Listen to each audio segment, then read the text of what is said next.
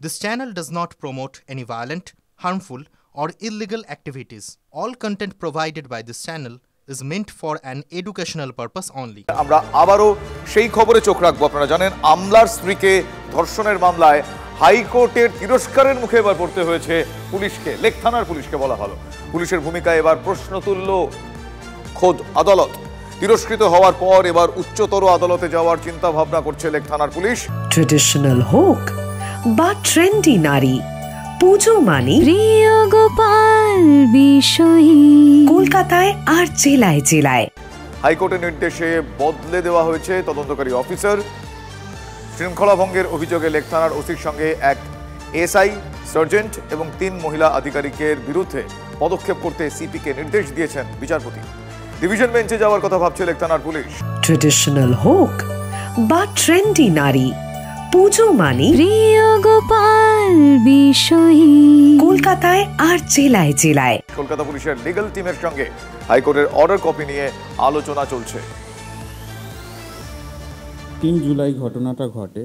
ঘটনা ঘটার পর নির্যাতিতা যখন থানায় যায়, লেক থানাতে, সেখানে ওনার থেকে যে রিটেন কমপ্লেনটা রিসিভ করে পুলিশ, সেই রিটেন কমপ্লেনটা যখন কোর্টে প্রডিউস হয়, তখন নির্যাতিতা দেখে যে তিনি তো রেপের চার্জেস এনেছিলেন, ধর্ষণের ধারায় মামলা শুরুও হয়নি এবং অ্যাকিউজডকে যেদিন অ্যারেস্ট করে 16 তারিখে প্রডিউস করে, 16 তারিখই অ্যাকিউজ বেল পেয়ে যায়। তাও পুলিশের একটা ভুলের জন্য 184 অফ বিএনএসএস নতুন ধারা অনুযায়ী within 24 hours medical check up করা দরকার। ক্ষেত্রে মহিলাকে আফটার 35 ডেজ পুলিশ একটা ইমেলে নোটিফিকেশন দিয়ে তাকে মেডিকেল চেক আপ করিয়েছে।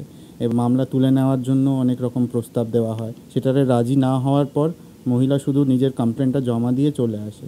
নির্যাতিতা নিজেই 164 স্টেটমেন্টে পুলিশের এগেনস্টেই কথা বলেছেন তাকে মেন্টালি হ্যারাস করা হয়েছে, ভার্বালি অ্যাবিউজ করা হয়েছে পুলিশের তরফ থেকে। তো এখানে তো আর কিছু বলার থাকছে না। সেখানে রেপ কেস হয়েছে, সেটা লঘু ধারায় উনি এফআইআর দায়ের করলেন। পরবর্তীকালে হাইকোর্টকে বলতে হলো, এতটা সময় নষ্ট হলো। তিনি লড়তে পারলেন কিন্তু তিলোত্তমা লড়তে পারেননি, এবং সেখানেও তারপরে পুলিশের নিষ্ক্রিয়তা, পুলিশের এফআইআরে গন্ডগোল, এগুলো সমস্ত চোখে পড়েছে। আর কবে এই পরিষ্কার যে জিনিসগুলো আমাদের চোখের সামনে আসছে, যে দুর্নীতি পুলিশের আমাদের চোখের সামনে আসছে, সেটা আর কবে থামবে? আমরা এতদিন যারা ভাবতাম যে Kolkata safest city in India, আদৌ কি Kolkata safest city in India? এখন তো দুবার করে ভাবতে হচ্ছে। আজকের দিনে আমরা জনসাধারণ সত্যি কি নিরাপদ? আমাদের যারা দেখভালের দায়িত্বে আছেন তারা কতটা দায়িত্বের সাথে তাদের দায়িত্ব পালন করছেন, সেটা কিন্তু এখন দেখার সময় চলে এসেছে।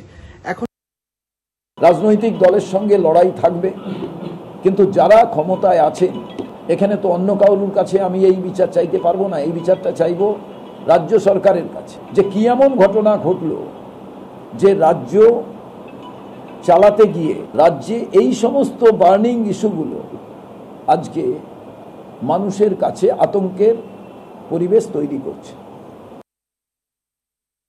নিম্ন আদালত জামিন দিয়েছিল, পুলিশ কোর্টের জামিন হয়ে গেছিল, কারণ পুলিশ সেই ধরনের এভিডেন্সই প্রমাণ করতে পারেনি।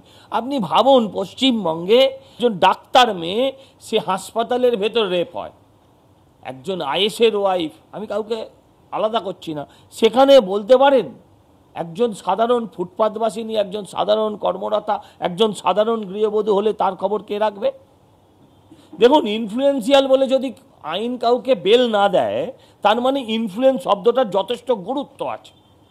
একটা ইনফ্লুয়েন্সিয়াল লোকের যদি এই অবস্থা হয়, তাহলে সাধারণ মানুষ যারা রোজ ট্রামে বাসে ঝুলে ঝুলে বাড়ি যায়, তাদের এই রাজ্যে কী অবস্থা? এত ঘটনা ঘটেছে, এত ঘটনা ঘটার পর তাতেও মানুষের চোখ খোলেনি।